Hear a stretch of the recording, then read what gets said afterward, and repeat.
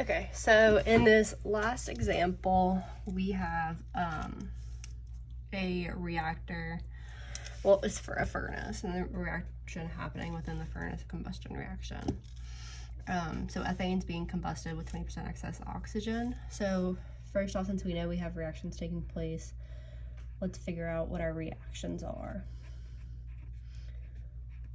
So our reactions are going to be C2H6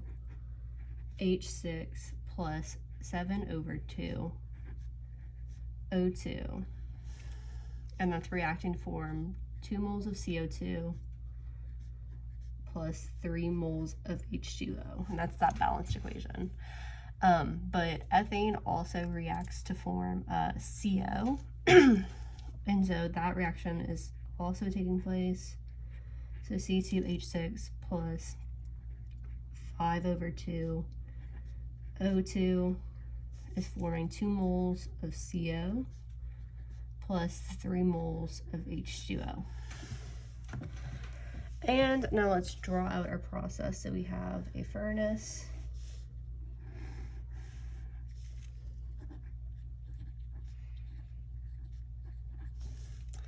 And into that furnace is our ethane stream. And our ethane stream is coming out at 100 moles per second. So this is 100 moles of C2H6 per second. And that the properties of that stream are it's coming in at 25 degrees Celsius and 1.1 atm.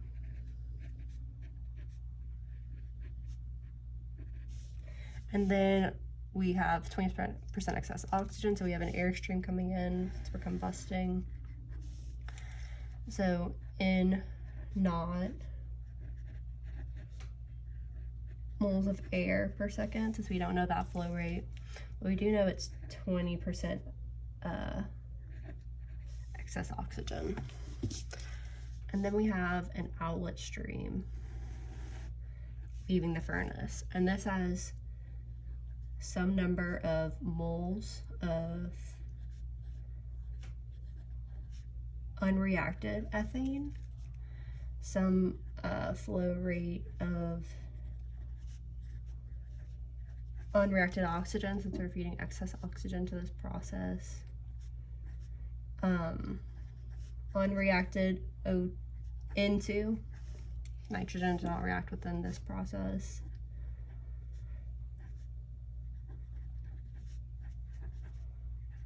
the formed carbon monoxide, the formed carbon dioxide, and the formed water. And these are all the combustion products down here. Okay, so part A asks us, what is the volumetric flow rate of oxygen in liters per second fed to the furnace?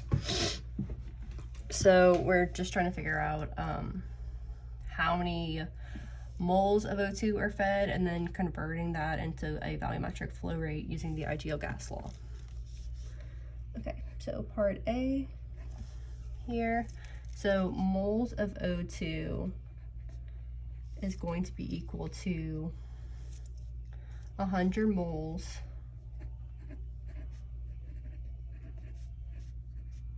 of C2H6 per second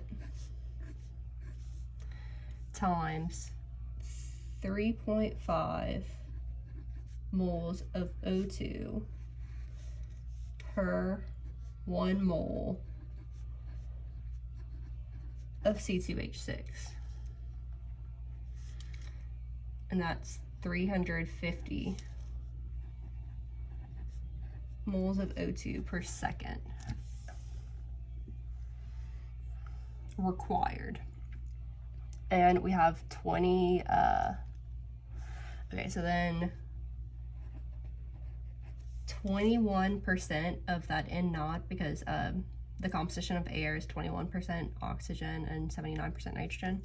21% of N naught is equal to this times 20% excess. So 1.2 times 350 moles of O2 per second. And that ends up giving us that N naught is equal to 2,000 moles per second of total airflow. And then, so we said we want the flow rate of oxygen in liters per second. So we are going to use the ideal gas law here to get the volume of O2, and that's going to equal N RT over P. So the number of moles of oxygen is going to be, so this is total moles of air. So this is total moles of air, and air is 21% oxygen. So 0.21 times the total amount of air, 2,000 moles per second, times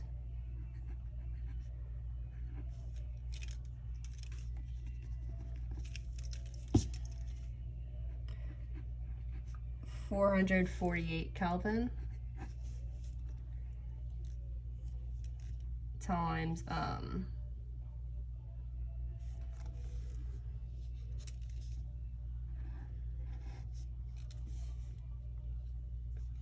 1 over 1.1 ATM, because pressure on the bottom, and then R on top. So 0.08206 liters times ATM over moles Kelvin. And that gives us 15,440.4 liters per second of oxygen. Now for B, we are figuring out what should the volumetric flow rate of the combustion products be. State all assumptions that you make. So we're trying to figure out the volumetric flow rate of the combustion products. So what we're going to assume here is we are going to assume that there is 100% conversion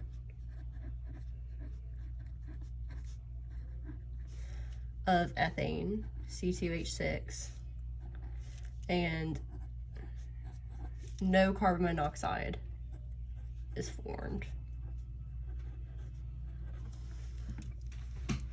So then we can do a nitrogen balance.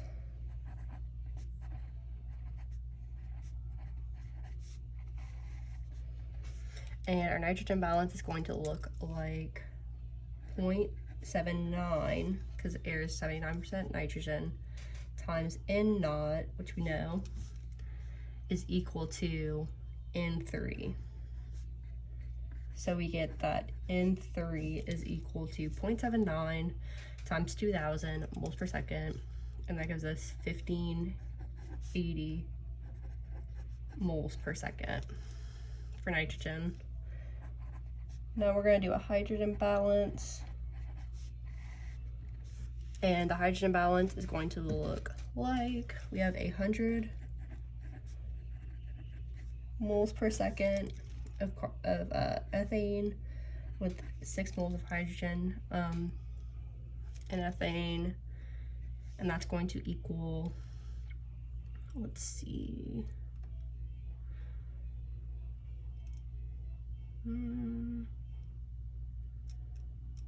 so out of all the combustion products, so we're assuming complete conversion of C2H6, so N1 is going to be equal to 0 in this situation, and hydrogen's only present in H2O, so it's going to be N6 times 2 moles of hydrogen in H2O, and that ends up giving us that N6 is equal to 300 moles of H2O per second.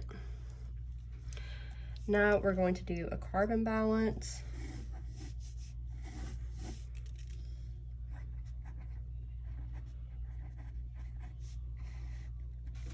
So our carbon balance is going to look like we have 100 moles per second of C2H6, 2 moles of carbon per mole of ethane, and that is going to be equal to N5 times 1. Since we're assuming no CO is formed and all the ethane is combusted. So then that leads us to N5 equaling 200 moles of CO per second, CO2. Now we're going to do an oxygen balance.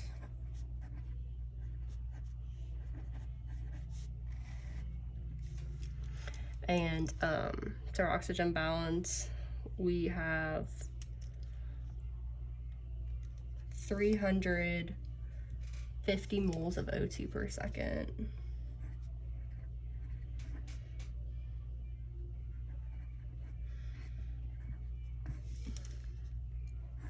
And there's 2 moles of oxygen in every mole of O2.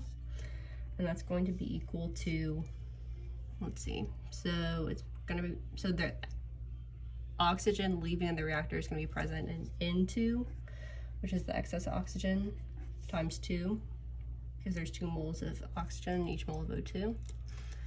Plus, it is also going to be present in CO2, so that's N5 times 2. Plus, it is also going to be present in N6, which is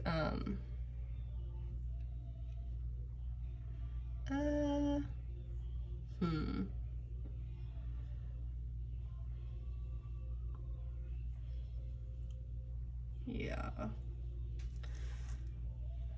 Actually, yeah, it's also going to be present in N6.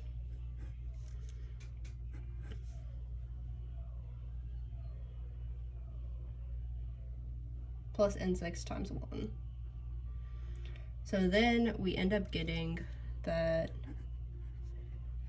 N2 is going to be, let's see, 350 times 2 minus N6, which is 300, minus N5 times 2, so 200 times 2.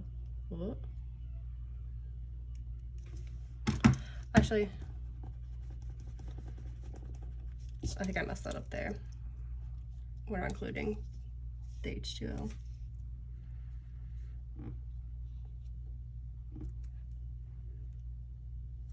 Okay, so that ends up giving us that N2 is equal to 150 moles of O2 per second. And we end up getting that the total moles is